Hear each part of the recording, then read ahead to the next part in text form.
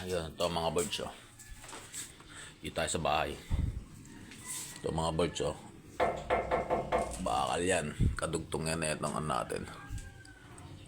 Sa ibabaw natin oh. Bali ano, naka-welding yan dyan. Tubular to. Dos por dos na tubular. So ngayon mga idol, pagkagaling ko ng trabaho tuwing gabi, pinagtitripan ko siya. Mga 1 oras, ganon. Gagawin natin siyang yan.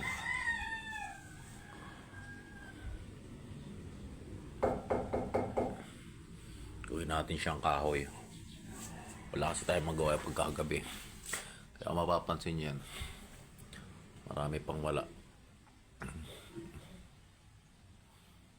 Yan o. Wala pa, diba? Ito nakapag-gaspi na tayo kagabi. So yan ang mga idol. Unti-untiin natin yan. Papunta dun hanggang saan tayo makakarating.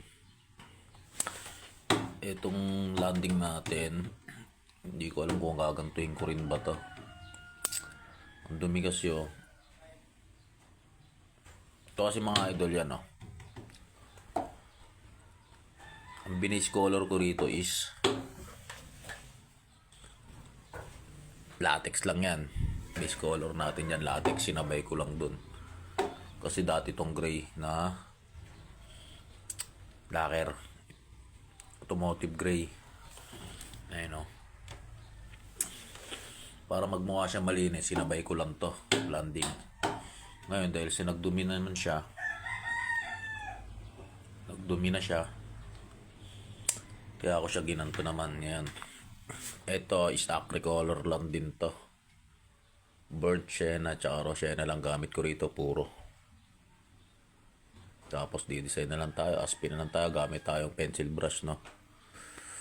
So ito na ang tanong dyan, pag tinapot to,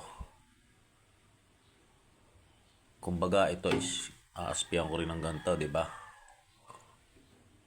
Ang tanong, pag tinapot ba to, hindi ba to kukulo? Siyempre marami magsasabi dyan, latex ang pondo, color ang pinang-aspe. Pag tinaputan ba natin to, inipitan natin ang sealer, hindi ba kukulo? Kasi ang plano ko rito, tapkutan ko to ng